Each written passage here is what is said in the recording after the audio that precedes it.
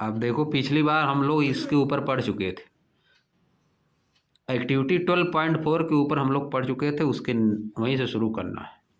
चलो देखो, let us try to identify, आइए कुछ पहचान करते हैं, for most of the year Venus can be located either at dawn और एट dusk। पूरे साल, for most of the year मतलब लगभग पूरे साल मतलब 365 दिनों में ज़्यादातर दिन Venus can be located either at dawn और एट dusk। वीनस को या तो डान को लोकेट किया जा सकता है डान के समय, या तो डस्क के समय, या तो डान के समय या तो डस्क के समय। डान मतलब सुबह, डान मतलब सुबह, एकदम सुबह होने वाली रहेगी तब इसको देख सकते हो वीनस को स्काई में, या तो डस्क मतलब शाम को, शाम जब एकदम शाम हो रही है, शाम के बाद रात होने वाली है, तब देख सकते हो वीनस को। इसी दो टाइम पे ज़्यादातर देख सकते हो पूरे साल। When you are viewing at dawn, जब आप शाम को देख रहे हो डान के समय, look for it near the eastern direction before sunrise. इसको सन के राइज होने के पूर्व किधर देखिए, ईस्ट डायरेक्शन। सन के राइज होने से पूर्व किधर देखना है, ईस्ट डायरेक्शन में सुबह देखोगे तो कौन दिखेगा, वीनस। अब देखो, when you are viewing at dusk, जब आप शाम के बाद वाले समय में देखते हैं, रात होने वाली रहती है तब, look for it near the western direction after sunset, यानी सनसेट होने से पहले, एकदम सनसेट होने वाला ही है तब कहाँ देखिए, वेस्टर्न डायरेक्शन में देखिए, तो ये दिखेगा। मॉर्निंग टाइम में किधर दिखेगा, ईस्टर्न। डान के समय यानी सुबह नहीं हुई है, सूर्य अब राइज नहीं हुआ है, तो किधर दिखेगा, ईस्ट डायरेक्शन। अब जब सूर्य सनसेट होता है तो किधर दिखता है, वेस्ट डायरेक्शन में। कौन दिखता है, वेनस। अब देखो ये बगल में क्या बोल रहा है, how can we see the planet which are not visible to the naked eye. हम उन प्लैनेट को कैसे देख सकते हैं जो कि हम अपनी आंखों से नहीं देख सकते, बिना कुछ किए, आंखों बिना कुछ लगाए, नग्न आंखों से बोला जाता है, नेक्ड आई। नहीं देख सकते उनको कैसे देखेंगे, उनको कैसे देख सकते हैं। देखो इधर, वाइल हालांकि many of the object in the sky can be seen with our naked eye directly, ज़्यादातर चीज़ें जो हैं आकाश में, स्काई में, उनको हम अपनी आंखों से डायरेक्टली देख सकते हैं बिना कुछ लगाए। We can see them brighter and larger using a pair of binoculars or an instrument called telescope. हम उनको कैसे देख सकते हैं, हम we can see them brighter and larger, हम उनको अधिक चमकीला और बड़ा देख सकते हैं, using a pair of binoculars, एक पेयर बिनोकुलर्स का प्रयोग करके, या तो एक इंस्ट्रूमेंट का प्रयोग करके जिसको हम क्या बोलते हैं, टेलीस्कोप बोलते हैं। इन दोनों इंस्ट्रूमेंट का प्रयोग करके हम उनको क्या देख सकते हैं, स्टार को, जो ऑब्जेक्ट हैं स्काई में, उनको क्या देख सकते हैं, चमकीला देख सकते हैं और बड़ा देख सकते हैं, चमकीला और बड़ा दिखने लगेंगे वो सब। बात समझे। अब बिनोकुलर्स क्या होता है, बड़ा दिखाई देगा, चश्मा की तरह होता है, समझिए, चश्मे की तरह होता है। बाई लिखा है दो ठो, बाई मतलब दो, बिनोकुलर्स दोनों आंखों पर लगाया जाता है, चश्मे की तरह होगा, लग जाएगा। अब आगे देखो, a telescope also help us view many dim object not visible by our naked eye directly. Telescope भी हमको हेल्प करता है देखने के लिए ऑब्जेक्ट को जो कि बहुत डिम ऑब्जेक्ट है, जो कि बहुत डिम है, यानी चमकते नहीं है, ना ही दिखते हैं, जिनको हम अपनी आँख से नहीं देख सकते, टेलीस्कोप की मदद से उनको हम देख सकते हैं। आगे देखो, you may get an opportunity to view the sky through a telescope whenever a night sky watching event is organized in your region। आपको अपॉर्चुनिटी मिलती है। You may get an opportunity, आप अपॉर्चुनिटी पा सकते हैं। टू व्यू मतलब देखने की, द स्काई मतलब आसमान को, थ्रू अ टेलीस्कोप एक टेलीस्कोप से, आप टेलीस्कोप से आसमान को देखने की अपॉर्चुनिटी पा सकते हैं। कब? जब, व्हेनेवर मतलब जब। A night sky watching event, जब आकाश को देखने का इवेंट इज ऑर्गेनाइज किया जाता है आपके रीजन में, आपके क्षेत्र में जहाँ पे आप रहते हैं वहाँ पे आकाश को देखने का इवेंट ऑर्गेनाइज किया जाता है। कोई लेके आएगा, कोई लेके आएगा, माइक्रोस्कोप टेलीस्कोप ये सब लेके आएगा। उससे हम लोग छोटी छोटी चीज़ें देखेंगे, माइक्रोस्कोप से छोटी चीज़ें देखते हैं, जैसे वायरस हो गया।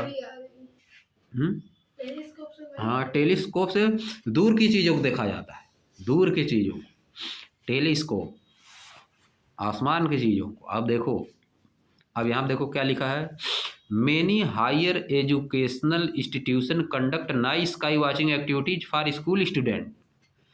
बहुत बड़े बड़े जो ये हायर एजुकेशन इंस्टीट्यूशन हैं, many higher educational institution, higher educational institution मतलब जो बड़े मतलब कॉलेज, जहाँ पढ़ाई ज़्यादा होती है, ज़्यादा बड़ी बड़ी जहाँ पढ़ाई होती है उसको बोला जाता है हायर एजुकेशनल इंस्टीट्यूशन। जैसे यूनिवर्सिटी हो गया, बड़े बड़े कॉलेज हो गए, छोटा कॉलेज नहीं है, 6 से 8 तक ये सब नहीं, समझ गए। जहाँ पर ग्रेजुएशन पीजी पीएचडी की पढ़ाई होती है, रिसर्च जहाँ पर लोग करते हैं, हाँ जैसे बीएचयू हो गया, समझ गए, वहाँ की बात हो रही है। Many higher educational institution conduct night sky watching activities for school student. School student के लिए बहुत से हायर एजुकेशन इंस्टीट्यूट क्या करते हैं, नाइट वॉचिंग का क्या करते हैं, नाइट स्काई वॉचिंग की एक्टिविटी ऑर्गेनाइज करते हैं, नाइट स्काई वॉचिंग की एक्टिविटी ऑर्गेनाइज करते हैं। छोटे वहाँ पे जाते हैं, बड़े कॉलेज में जाते हैं बच्चे, स्कूल स्टूडेंट जैसे तुम लोग हो गए, वहाँ पे जाओगे यूनिवर्सिटी में या बड़े बड़े कॉलेज में जाओगे, वहाँ दिखाया जाएगा, वहाँ पे दिखाया जाएगा, टेलीस्कोप से देखोगे। तो सर सुबह थोड़ी ना देखेंगे। टूर में जाएंगे, वहाँ पे रुकेंगे सभी लोग, टूर जाता है नहीं, टूर जाता है ना स्कूलों में, तो टूर में जाकर वहाँ पर रुकते हैं सभी लोग, इसके बाद शाम को देखते हैं, शाम से शुरू हो जाता है दिखाई, समझ गए। टूर सभी लोग पता कहाँ ले जाते हैं, टूर दूसरे जगह ले जाते हैं, अच्छी जगह ले ही नहीं जाते हैं, जहाँ आप देखना चाहिए, है कि नहीं। समझ गए। अब देखो, there are many amateur astronomy clubs all over the country which organise sky watching event periodically. There are many amateur astronomy clubs, बहुत से अमेच्योर एस्ट्रोनॉमी क्लब हैं। एस्ट्रोनॉमी क्लब मतलब जहाँ पे एस्ट्रोनॉमी के बारे में क्लब ऐसा रहेगा जहाँ पे किसके बारे में बात होगी, एस्ट्रोनॉमी। एस्ट्रोनॉमी मतलब स्टार्स के बारे में, सोलर सिस्टम के बारे में, समझिए, कॉन्स्टेलेशंस के बारे में, इस सब का वहाँ पे जानकारी मिलती है। इन सब चीज़ों को देखने के लिए वहाँ पे इंस्ट्रूमेंट रखा रहेगा, तो उसको क्या बोला जाता है, एस्ट्रोनॉमी क्लब। क्लब जानते हो क्या होता है, क्लब नाम सुने हो। All over the country which organise sky watching event periodically. Periodically मतलब समय समय पर, पीरियडिकली मतलब समय समय पर। There are many amateur astronomy clubs, बहुत से अमच्योर एस्ट्रोनॉमी क्लब हैं। ये नाम है, ये क्या है, नाम है एमेच्योर एस्ट्रोनॉमी क्लब। भाई देखो कैपिटल से लिखा सब ना, amateur astronomy clubs all over country. Country में बहुत से अमेच्योर एस्ट्रोनॉमी क्लब्स हैं जो क्या करते हैं, ऑर्गेनाइज करते हैं, स्काई वॉचिंग इवेंट ऑर्गेनाइज करते हैं, आसमान को देखने के लिए इवेंट ऑर्गेनाइज करते हैं पीरियडिकली मतलब समय समय पर, पीरियडिकली मतलब समय समय पर। म्यूजियम्स एंड प्लानिटेरियम, जैसे एक्वेरियम होता है वैसे प्लानिटेरियम हो गया। एक्वेरियम में क्या रखा जाता है, मछली रखी जाती है, वैसे प्लानिटेरियम में क्या रखा जाएगा, प्लैनेट रखा जाएगा, स्टार रखा जाएगा। उसका उसको थोड़ा ना ला कर रख दिया जाएगा उसमें, है नहीं, उसी का रहेगा सिंबल है, उसका सिंबल रखा जाएगा, है नहीं। Also organise similar event, museum and planetarium also organise similar event. Museums और प्लानिटेरियम भी इसी तरह का इवेंट ऑर्गेनाइज करते हैं। कौन सी इवेंट? स्काई वॉचिंग की इवेंट क्या करते हैं? ये भी ऑर्गेनाइज करते हैं। कौन? म्यूजियम और प्लानिटेरियम। प्लानिटेरियम मतलब जहाँ पे प्लैनेट के बारे में बात बताई जाएगी, प्लैनेट का सिंबल रखा होगा, वहाँ पे प्लैनेट और स्टार्स के बारे में पढ़ाई होगी, उसको बोला जाता है प्लैनेटेरियम। आर्टिफिशियल वर्ड है। हाँ, आर्टिफिशियल सब चीज़ें रहेगी, आर्टिफिशियल वर्ड में सब रहेगा। जैसे जाओगे कलकत्ता में एक तो है आर्टिफिशियल, वहाँ पर हम गए थे, छोटे थे, 4th में पढ़ रहे थे, 3rd में, तो गए थे वहाँ पे दिखाया था, सब पूरा आसमान दिखाएगा, तारामंडल उसका नाम है, हिंदी में तारामंडल, तारामंडल। वहाँ सभी लोग जाते, टिकट लगता, 500 रुपया तब लगता था, समझ, अब तो 5,000 लगता होगा और लगता होगा कि नहीं? ज़्यादा हो गया। आज से जब हम 4th में पढ़ रहे थे तब 500 रुपया लगता था ticket. Natural satellite, natural satellite मतलब जो नेचर ने सैटेलाइट बनाया, प्रकृति, जो नेचर से सैटेलाइट मतलब ऑटोमेटिक बनी हुई है अपने आप, उनको क्या बोलोगे? Natural satellite. जैसे देखो, object that move around planet are commonly called satellite. ऐसे ऑब्जेक्ट जो प्लैनेट के अराउंड मूव करते हैं उनको क्या बोलते हैं? सैटेलाइट। जो स्टार के अराउंड मूव करेगा उसको क्या बोलोगे? प्लैनेट। जैसे अर्थ क्या है? एक प्लैनेट है। वीनस, मार्स, ये सब क्या है? जुपिटर, ये सब क्या है? नेपच्यून, ये सब प्लैनेट है। क्यों प्लैनेट है? क्योंकि यह स्टार सन के चारों तरफ रिवॉल्व करते हैं, समझिए। और जैसे अर्थ के जो चारों तरफ रिवॉल्व करेगा वो क्या रहेगा? सैटेलाइट। प्लैनेट कोई भी हो, प्लैनेट के जो रिवॉल्व करेगा चारों साइड में उसको क्या बोलोगे? सैटेलाइट। जो स्टार के चारों तरफ रिवॉल्व करेगा उसको प्लैनेट, और प्लैनेट के चारों तरफ रिवॉल्विंग जो करता है उसको satellite. Object that move around planet are commonly called satellite. They are smaller in size than planet. वे प्लैनेट से छोटे होते हैं। कौन? Satellite. Moon are natural satellite of planets. Moon planets का नेचुरल सैटेलाइट है। मून प्लैनेट्स का natural satellite है। The planet has one moon, the earth has, earth लिखा है, the earth has one moon. Earth के पास एक मून है, अर्थ के पास एक ही मून है। वाइल मार्स हैज 2 मून, जबकि मार्स के पास क्या है? 2 मून है। Jupiter, Saturn, Uranus and Neptune has a large number of moons. इनके पास बहुत ज़्यादा मून है, बहुत ज़्यादा मून्स हैं। अब देखो इसको याद करो, the earth has 1 moon, Mars has 2 moon, Jupiter, Saturn, Uranus and Neptune have large number of moons. इनके पास बहुत ज़्यादा मून है, समझिए। अब देखो तुमको एक बात बता दे रहे हैं, जो एनसीईआरटी की बुक में लिखा रहेगा वही सही माना जाएगा, समझिए। दूसरे बुक में लिखा सही नहीं माना जाएगा। अगर कुछ लिखा, अगर तुम मान लो कोई एग्जाम दे के आए, तुम एनसीईआरटी वाला नहीं पढ़े हो, कहीं से दूसरे जगह से पढ़े हो, उसको लिख दी, अगर थोड़ा उसमें गलत कुछ दिया है तो उसका नहीं माना जाएगा, समझ गए। जो एनसीईआरटी वाली बुक में लिखा रहेगा वही सही माना जाएगा, समझ गए कि नहीं समझे।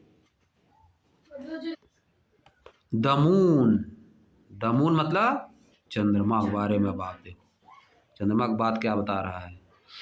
अर्थ्स नेचुरल सैटेलाइट, यह अर्थ का नेचुरल सैटेलाइट है, अर्थ का natural satellite. The moon takes about 27 days to complete 1 revolution around the earth. Moon जो है 27 days लेता है अर्थ के अराउंड 1 रिवोल्यूशन कंप्लीट करने में। It is our nearest neighbour in the space. यह स्पेस में हमारा सबसे नज़दीक का नेबर है, सबसे नज़दीक का पड़ोसी है, यानी सबसे नज़दीक है। अनलाइक ऑन अर्थ, अर्थ के विपरीत। अनलाइक मतलब के की तरह नहीं, लाइक मतलब की तरह, अनलाइक मतलब की तरह नहीं। Unlike on the earth, there is hardly any atmosphere on the moon. पृथ्वी की तरह नहीं, पृथ्वी के विपरीत, पृथ्वी के विपरीत। जैसे पृथ्वी पे एटमॉस्फियर है, इसी तरह से एटमॉस्फियर मून पे नहीं है। समझ गए? अनलाइक द अर्थ, पृथ्वी के उलट, ऐसा भी पढ़ सकते हो, पृथ्वी के विपरीत या पृथ्वी के उलट। There is hardly any atmosphere on the moon, moon पर कोई एटमॉस्फियर नहीं है। हार्डली मतलब नो, हार्डली मतलब नो, यहाँ पे नो भी लिख सकते हो। Unlike the earth, there is hardly की जगह पे no any atmosphere on the moon, no any atmosphere on the moon. Hardly की जगह क्या लिख सकते हो? नो। हार्डली मतलब नो, नहीं के बराबर। समझ गए? और देखो एक ठे हार्ड मतलब होता कठिन, यहाँ पे हार्डली लिख दिए तो नहीं के बराबर। समझ गए? ऐसे गड़बड़ा जाता है बहुत बार। अब देखो, how big is the moon as compare to earth, moon earth के कंपेयर में कितना बड़ा है? क्वेश्चन पूछ रहा है। क्या पूछ रहा है question? How big is the moon as compare to earth, moon के कंपेरिजन में, how big is the moon as compare to earth, earth की कंपेयर में मून कितना बड़ा है? The moon is about a quarter the size of the earth diameter. The moon जो है, quarter मतलब 1/4, quarter to two, quarter to two मतलब पौने दो। जैसे 2 बजने में 15 मिनट बाकी रहता है तो क्वार्टर टू बोला जाता है। क्वार्टर पास्ट टू, 2:15, क्वार्टर मतलब 1/4, क्वार्टर मतलब 1/4। अब देखो 1 आवर का 1/4 15 मिनट होता है, 1 आवर मतलब 60 मिनट, 60 मिनट का 1/4 करोगे तो कितना आएगा? 15 मिनट आएगा। क्वार्टर मतलब 1/4, किसी चीज़ का क्वार्टर मतलब 1/4। समझ गए? भाई क्वार्टर मतलब रूम नहीं है, समझ गए? क्या है? दूसरा क्वार्टर है। समझिए बात समझ पाए कि नहीं? देखो कहाँ चला गया जी? The moon is about a quarter the size of the earth diameter, moon की साइज यानी मून का डायमीटर जो है अर्थ के डायमीटर का 1/4 है। अर्थ का 1/4 मतलब 1/4 है जी, आधा नहीं, 1/4, 1/4 मतलब चौथाई भाग। एक लिए गोला, उसको 4 पार्ट में डिवाइड कर दिए तो एक वालों को क्या बोलोगे? 1/4। जैसे 4 किलो है, 4 किलो में का 1 किलो है ले लिए तो क्या होगा? 1/4। समझिए? 8 किलो का 2 किलो ले लिए तो क्या होगा? 1/4। समझिए? 12 किलो में से 3 किलो ले लिए तो क्या हो गया? 1/4। यह होता है। आगे देखो, आगे देखो, the moon's surface shows circular bowl like structure, moon की सरफेस कैसा शो करती है? सर्कुलर बाउल लाइक, कटोरी की तरह स्ट्रक्चर शो करती है। कॉल्ड क्रेटर्स, जिनको क्या बोलते हैं? क्रेटर्स बोलते हैं। The moon surface show circular bowl like structure called crater, moon की surface circular bowl like structure show करती है जिसको क्या कहते हैं? क्रेटर्स। क्रेटर्स फिगर 12.9 में दिखाया गया है। देखो फिगर 12.9, यह देखो क्रेटर्स दिखाया गया है इसमें। अब बगल में भी देख लो क्या लिखा है? क्रेटर्स, क्रेटर्स तक हुआ और रुक जाओ, अच्छा पहले इसको पढ़ लें। Most of these craters have been form due to the impact of asteroids और rock from the space hitting the moon surface. Most of these craters have been formed, इनमें से ज़्यादातर क्रेटर्स बने हुए हैं। कैसे बनते हैं? Due to the impact of asteroids, asteroid के इम्पैक्ट से। कैसे बनते हैं? एस्टेरॉइड्स, देखो ऊपर बना था ना एस्टेरॉइड बेल्ट, एस्टेरॉइड के इफेक्ट से बनते हैं। या तो कैसे बनते हैं? Rock from the space, space से रॉक आती है, हिटिंग द मून सरफेस, या मून की सरफेस को हिट करती है, इसीलिए इसमें गड्ढे की तरह बन जाता है। समझिए? आप देखो यहाँ पे क्या लिखा है? Since there is no, since there is no atmosphere, क्योंकि वहाँ पे एटमॉस्फियर नहीं है। मून पे एटमॉस्फेयर नहीं है। Water our life on the moon, ना तो वाटर है ना वहाँ पे लाइफ है, ना तो एटमॉस्फेयर है ना वाटर है ना ही लाइफ है। These features stay on the moon surface for a very long time, ये सब फीचर्स मून की सरफेस पे बहुत लंबे समय से हैं। ये सब फीचर्स मून की सरफेस पर बहुत लंबे समय से हैं। कौन सा फीचर्स? कि वहाँ पे ना तो एटमॉस्फेयर है ना तो वाटर है ना ही लाइफ है, यही सब मून की सरफेस का फीचर्स है। इस मून की सरफेस का फीचर्स है। अब ऊपर देखो क्या लिखा है बगल में, वहाँ पे द मून के बगल में क्या लिखा है? इन जनरल, सामान्य तौर पर, any object that move around a much larger object can also be called satellite. कोई भी ऑब्जेक्ट जो कि बहुत बड़े ऑब्जेक्ट के चारों तरफ क्या करता है? मूव करता है, घूमता है, उसको क्या बोला जाता है? सैटेलाइट। अब आगे देखो, for example earth can be considered a satellite of the sun. Earth को हम कंसीडर करते हैं सन का सैटेलाइट। अर्थ को हम सन का सैटेलाइट कंसीडर करते हैं, लेकिन अर्थ क्या है? प्लैनेट है। लेकिन अर्थ सन के लिए क्या है? सैटेलाइट, क्योंकि सन के चारों तरफ रिवॉल्व करती है अर्थ, इसलिए ये सन का सैटेलाइट है। और मून जो है अर्थ के चारों तरफ रिवॉल्व करता है, इसलिए मून अर्थ का सैटेलाइट है, इसलिए मून अर्थ का सैटेलाइट है। बात समझिए? अर्थ जैसे सन के लिए अर्थ क्या है? प्लैनेट। सन के लिए अर्थ क्या है? सैटेलाइट। सन के लिए अर्थ क्या है? सैटेलाइट। लेकिन अपने लिए क्या है? प्लैनेट। हम लोग के लिए प्लैनेट है, समझिए? अब देखो, मून जो है अर्थ के लिए क्या है? सैटेलाइट है। लेकिन ये नहीं लिखा है कि हम लोग के लिए प्लैनेट है इसमें। यह लिखा है कि अर्थ हम लोग के लिए प्लैनेट है, लेकिन मून को नहीं लिखा प्लैनेट है, मून को लिखा सैटेलाइट है। इसमें नहीं लिखा है तो नहीं कहना है कि नहीं? चलो आगे देखो। अब देखो यहाँ पे क्या लिखा है? The moon is about 384,000 kilometre away from the earth. Moon जो है अर्थ से 3,84,000 किलोमीटर दूर है। 3,84,000 kilometre away from the earth. समझ गए? इतना दूर है। हाँ, आगे देखो। ऑल दो द मून इज वेरी फार, यद्यपि, हम लोग के लिए ऑल दो मतलब होता है यद्यपि।